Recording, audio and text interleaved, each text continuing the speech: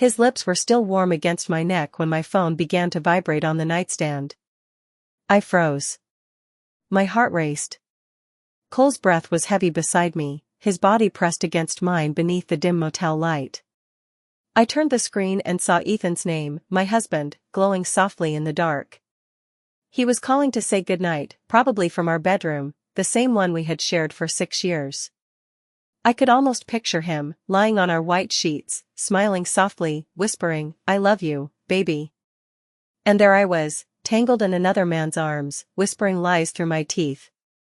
I remember swallowing hard, forcing my voice to sound calm as I answered. "Hey, honey," I said, while Cole traced lazy circles down my thigh. That moment, that one cruel, beautiful, shameful moment, was when I realized how far gone I was. Ethan loved me purely, but I loved him falsely. Before I go deeper into this story, I want to take a moment to thank all my amazing viewers, both new and returning, for supporting this channel. Your love, your comments, and your engagement mean the world to me. And if you are new here, I cannot wait for you to hit that subscribe button right now. It is the fuel and energy that keeps this channel alive and growing. Remember to share your thoughts in the comments after this hook. I read every one of them. Now, let us continue. I am Madison Clare, born and raised in Knoxville, Tennessee. To most people, I had the perfect life. A loving husband, a cozy 2-story home with white shutters, and 2 golden retrievers that made our evenings loud and warm. Ethan Parker, my husband, was the kind of man people prayed to find, soft-spoken, hard-working, and kind to the core. He never raised his voice, never came home angry, and never forgot to kiss me goodbye in the morning. For years, I believed that kind of love was enough, until I met Cole Maddox. Cole was a contractor hired to renovate our porch. He was bold, rough around the edges, with that careless kind of charm that drew women in without effort. He smelled like sawdust and danger, and when he smiled, it felt like he could see straight through me. I told myself he was harmless, just a man doing his job, but that was the lie that started everything.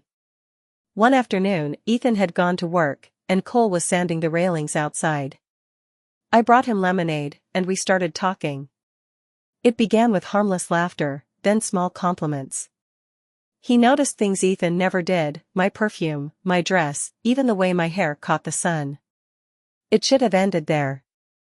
But it did not. I began waiting for Ethan to leave for work before coming out to talk to Cole. He flirted shamelessly, and I let him. I told myself it was innocent, but deep down, it felt good to be seen again. Ethan loved me, but somewhere between the routines and responsibilities, I started craving more than his goodness. I wanted excitement. I wanted fire. The first time Cole touched me, it was not planned. I was helping him move a ladder, and when I lost balance, his hands caught my waist. I laughed nervously, but I did not move away. Something in me woke up, something dangerous. That night, I could barely look Ethan in the eyes. Days turned into weeks, and our porch project became the longest one in history. Ethan never questioned it. He trusted me blindly, and that trust became the very thing I abused. Cole started texting me, late-night messages filled with temptation and teasing words that made my heart race. The first time I met him alone was at a small bar downtown. I told Ethan I was meeting a friend from work. Cole arrived in his leather jacket, confident, reckless, and everything Ethan was not. When he leaned in close and whispered, "You do not belong in that perfect little house, do you?" my walls crumbled. That night, I crossed a line I could never uncross. We met in his truck behind the bar. It was quick, clumsy, electric. My guilt was immediate, but so was the thrill. When I came home, Ethan had dinner waiting. He smiled and said, "You must be tired, sweetheart. I ran your bath." That night, while sitting in that warm tub he had drawn for me, I cried silently. Not because I loved Cole, but because I had betrayed the only man who ever loved me without conditions. Still, the more guilty I felt, the deeper I sank. It was like drowning, painful yet intoxicating. Every lie I told Ethan was a new bruise on my conscience. Every touch from Cole was a reminder of what I was risking. Ethan never saw it coming. He would hold me at night, whispering plans about our future, while I lay there, pretending. I started living two lives, the devoted wife at home and the reckless woman in secret. And yet, every time Ethan said, "You are my peace, Madison," something inside me twisted with shame. Because I was not peace. I was chaos dressed as love. One evening, Ethan looked at me across the dinner table and smiled. "You know," he said softly, "sometimes I still cannot believe I got you." I forced a smile back. But inside, my heart whispered the truth, if only you knew what you really got. I still remember that evening like it was stitched into my skin. The air was thick with summer heat, and my heart carried the same heaviness that had been following me for weeks. My double life was becoming harder to balance. Ethan's love had grown more tender, while mine had grown more dishonest. I was sinking deeper into something I could no longer control.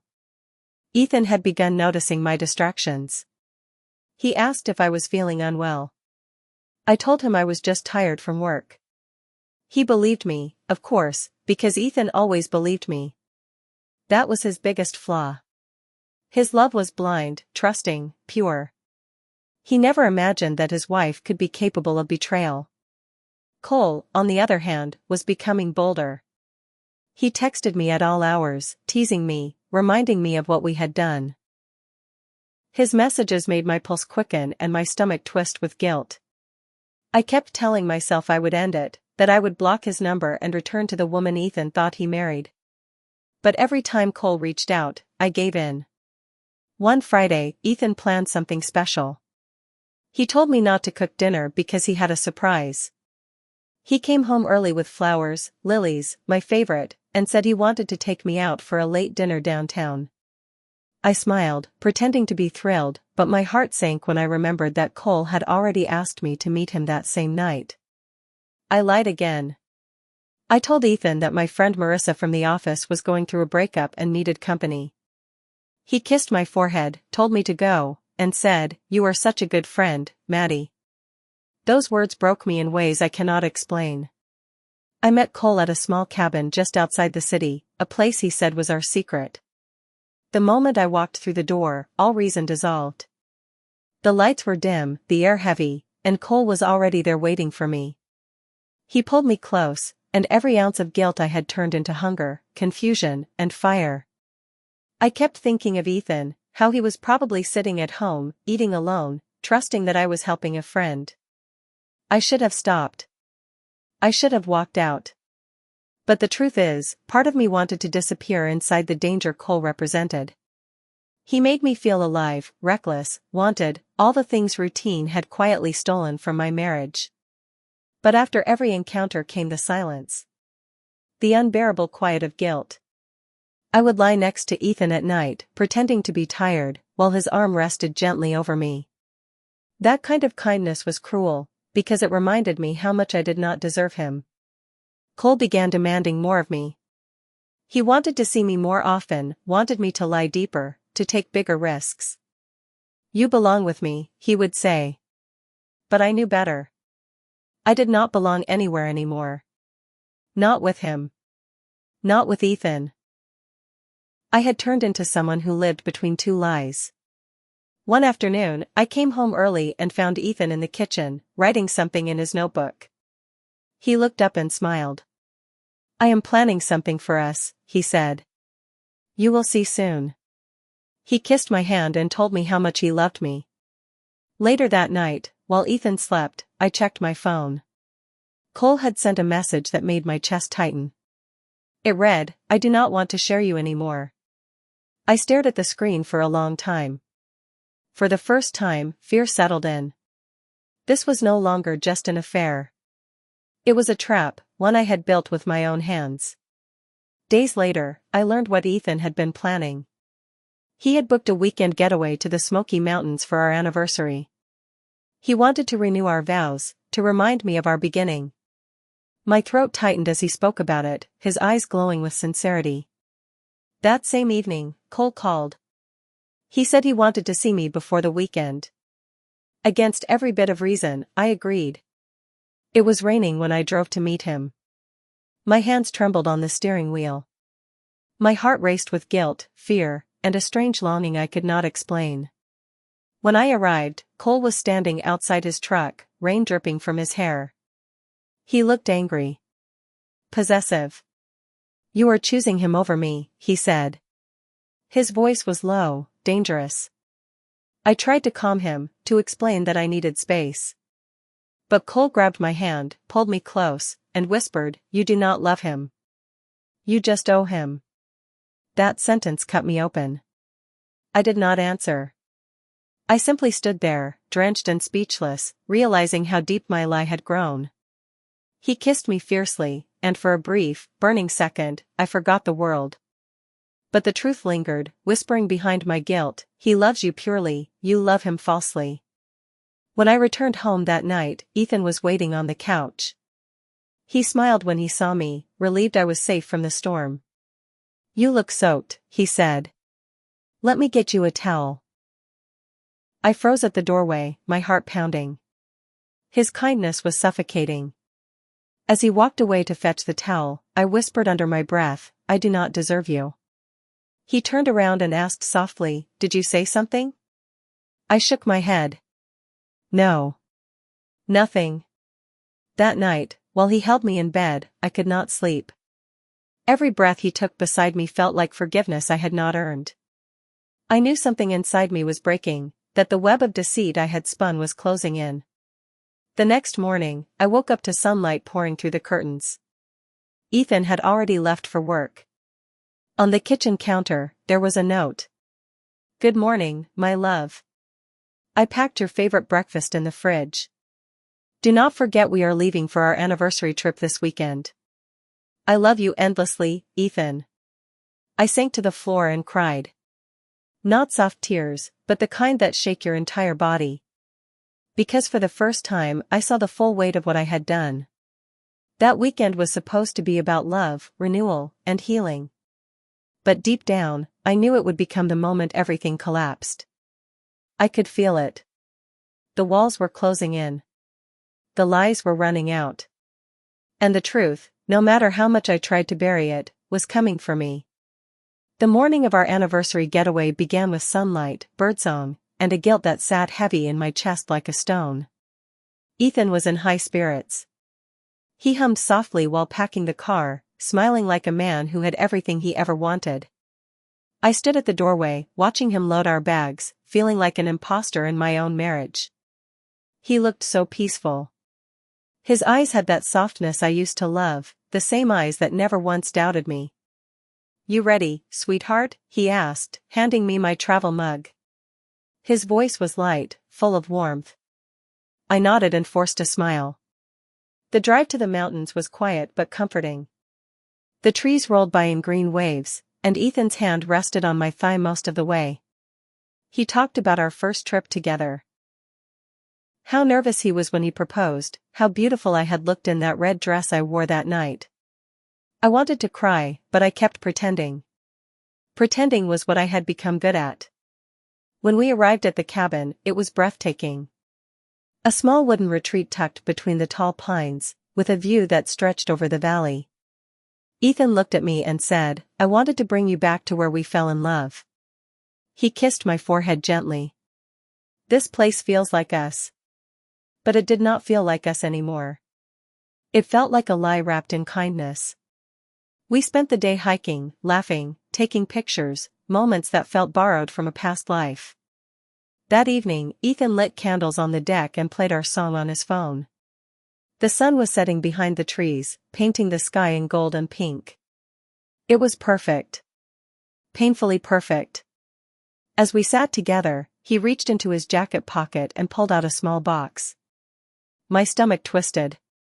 "It is not a ring," he said, smiling. "But it is something I wanted you to have." Inside was a delicate silver bracelet engraved with the words "Always yours." I stared at it, unable to speak. My throat burned with guilt. He fastened it around my wrist and said, "You are my heart, Madison. No matter how many years pass, I will always choose you." That moment should have been beautiful. But all I could feel was shame. Because even as he said those words, my phone buzzed in my pocket. And on the screen, a message from Cole. I miss you. I need to see you again. If you do not answer, I will come to you. My blood went cold. I turned my phone face down, praying Ethan had not seen it. But he had. His hand froze on the table. Who is that? He asked softly. Just Marissa, I lied quickly. He did not respond. His eyes searched mine, quiet, unreadable, but sharp. Can I see? He asked. I hesitated for too long. And in that silence, the truth began to unravel. He reached for my phone before I could react. My heart thudded violently as his face changed. His smile fading into confusion, then disbelief, then heartbreak. He scrolled through the messages, one after another, every lie, every secret, every shameful word. His breathing grew heavier. Madison, he whispered, what is this? I could not speak. My lips trembled. The air around us grew heavy, almost cruel. He stood slowly, his hand shaking as he held the phone. You told me you were helping a friend, that you were working late, that you were tired. Was all of that a lie? Tears blurred my vision. Ethan, please. He stepped back, as if I was something poisonous. How long? I swallowed hard. A few months. He nodded slowly, eyes glistening. A few months, he repeated. And I never saw it. Not once. He ran his hand through his hair, his voice breaking. You made me believe we were fine. You made me feel safe. The silence that followed was unbearable. I wanted to reach for him, but he stepped away. Do not, he said sharply. His voice cracked mid-word. Do not touch me. For the first time since I had known him, Ethan cried. Not loudly, not angrily, just quietly. The kind of crying that breaks a person from the inside out. He turned away from me, facing the trees, breathing hard. I stood there shaking, whispering apologies that meant nothing. He finally turned back, his eyes red and hollow. You loved him? He asked. I hesitated. No, I whispered. I loved the attention. That answer destroyed him. I saw it in his face, the way his chest rose and fell, the way his lips trembled before he spoke. Then you threw away something real for something that was not even love. I dropped to my knees, crying, begging, promising to change. But Ethan was done. Something inside him had shattered too deeply to be repaired. He walked inside, grabbed his jacket, and said quietly, you can stay here tonight. I will drive back in the morning. I followed him to the door, pleading through tears. Ethan, please do not leave me like this. I made a mistake. He turned sharply, his eyes filled with pain and anger. No, Madison. A mistake is spilling coffee on my shirt. You made a choice. Over and over again. His voice shook. You took the love I gave you and threw it into someone else's hands. You broke something that can never be fixed. And then he was gone. I spent the night alone in that cabin, staring at the bracelet on my wrist. Always yours. The words mocked me. I had never felt so empty. The silence was unbearable. Every sound outside made me think he had come back, but he never did. When I returned home the next day, his things were gone. The house looked hollow, stripped of warmth. He had left a note on the counter, one final message that would echo in my mind forever. You taught me that love without honesty is nothing. You will have to live with the truth you built. Goodbye, Ethan. I sank to the floor, clutching that note, sobbing until my body ached. The affair ended. Cole tried to call me for weeks, but I never answered. I did not hate him. I hated myself. Months passed. The neighbors whispered. My friends stopped calling. I would see Ethan's car sometimes, passing by the street, but he never looked my way. Eventually, I heard he moved to another city, started over. And me? I stayed behind, in the quiet shell of the life I destroyed. The house that once echoed with laughter became a museum of memories, all reminders of the man who had loved me purely while I loved him falsely. Sometimes, late at night, I replay that moment, the first touch, the first lie, the first betrayal, and I wish I had walked away. Because in chasing something wild and temporary, I lost the only love that was ever real. I tell this story now because I want someone out there to understand, sometimes, the greatest punishment is not losing the one you love. It is realizing you were never worthy of the love you were given. Ethan never came back. And I never stopped missing him. Because when he left that day, he took everything pure with him, and all that remained was me, and my truth.